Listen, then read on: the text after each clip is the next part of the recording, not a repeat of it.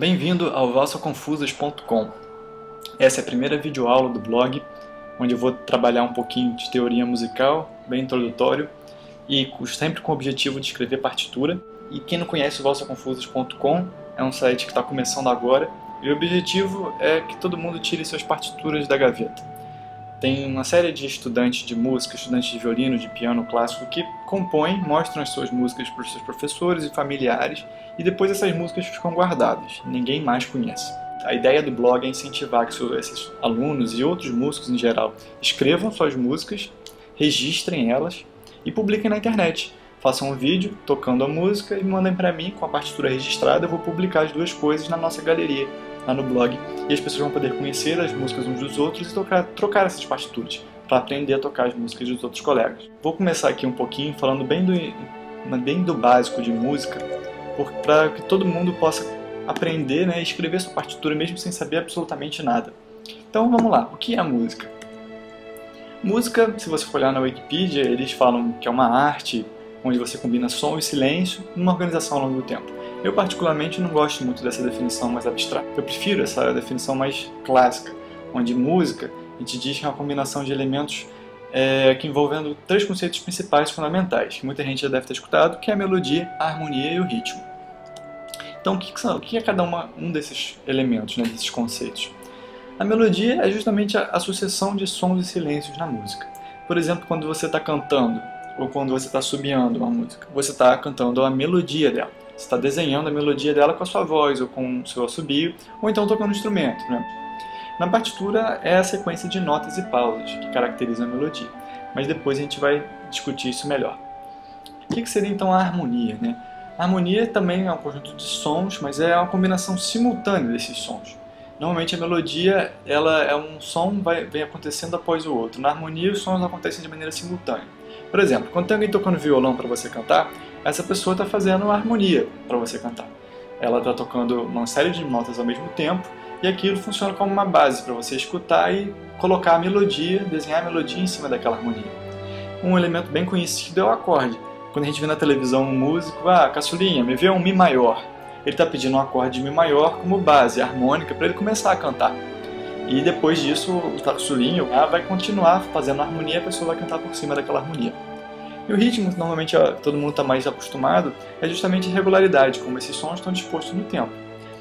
Então, por exemplo, quando nós cantamos o Parabéns para Você, quando a gente bate palma, a gente está justamente marcando o ritmo do Parabéns para Você. Então, ok. A gente tem esses três elementos, a gente pode então dizer que música seria um conjunto de sons, intercalado com silêncio, tudo isso, assim, brincando com o tempo.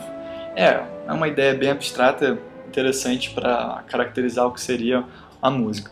Mas o que são esses sons e como é que a gente vai passar ele para uma notação musical, trazendo notas, pausas, o tempo, como é que a gente vai retratá-los em compasso e andamento. E é isso que a gente vai tentar trabalhar aqui, como transformar a ideia, né, a música, na forma de notação musical. Então, para começar, o que é o som? O som, para quem viu física, é uma onda mecânica emitida numa determinada frequência, né, ou oscilações por segundo. Nosso ouvido ele escuta de 20 a 20 mil Hz. Então a gente tem essa limitação. Então normalmente as notas musicais vão estar baseadas nessa faixa. Frequências diferentes naturalmente produzem sons diferentes. E além da frequência, o som pode ter um timbre. Por exemplo, um violino pode fazer um som numa frequência e um piano pode fazer o som na mesma frequência. O problema é que um vai ter um timbre de piano e o outro vai ter um timbre de violino. Timbre também é conhecido como cor, né? Embora seja a mesma frequência, eles têm cores, né? Tem representações, timbres diferentes. Então, vamos mapear isso para notas, né? Como trazer o som para a forma de nota. Então, criou-se essas notas, que são muito conhecidas também, o Lá, o Si, o Dó, o Ré, o Mi, o Fá e o Sol. E cada nota é um som em uma determinada frequência. E a frequência foi estabelecida, né, foi fixada numa convenção que o Lá central, né, o Lá logo após o Dó central, é fixado em 440 Hz. E toda nota você pode descobrir qual é a frequência dela por essa forma, né, título de curiosidade, que é 440 vezes 2 elevado a n sobre 12. Onde esse n é a distância para esse Lá, sempre contado em semitons. Para quem nunca ouviu muito desses termos, não se preocupe que a gente vai explicar aos pouquinhos todos esses termos. Mas o interessante observar aqui é justamente como você está mais familiarizado com essas frequências do que você imagina. Por exemplo, o Lá central, que é o 440 Hz. Provavelmente todo mundo já escutou esse som. que é justamente o som, quando você está vendo um vídeo ou alguma coisa, e aparece essa tela, você escuta esse som, você está escutando um Lá 440 Hz. E aqui, se você estiver com 220 Hz, ou seja, metade, você tem um som mais grave. Mas a gente pode observar que é a mesma ideia do som, o som tem a mesma cara, é o mesmo, todos os dois são Lás, só que um está 440 e outro está 220. Ué, mas por que isso? Se a gente observar com calma essa fórmula, a gente vai ver o quê?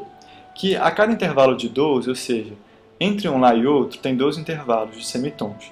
Então significa que a cada intervalo de 12 semitons, você vai dobrar ou reduzir a metade a frequência. Então, toda nota de uma determinada frequência, quando ela tiver uma oitava acima, ou seja, 8 notas diretas acima, ela vai ter o dobro da frequência. E quando ela tiver uma oitava abaixo, ela vai ter a metade da frequência. Então é por isso que existem vários Lás no piano, vários Dós, porque eles têm frequências equivalentes, porém dobradas ou reduzidas à metade.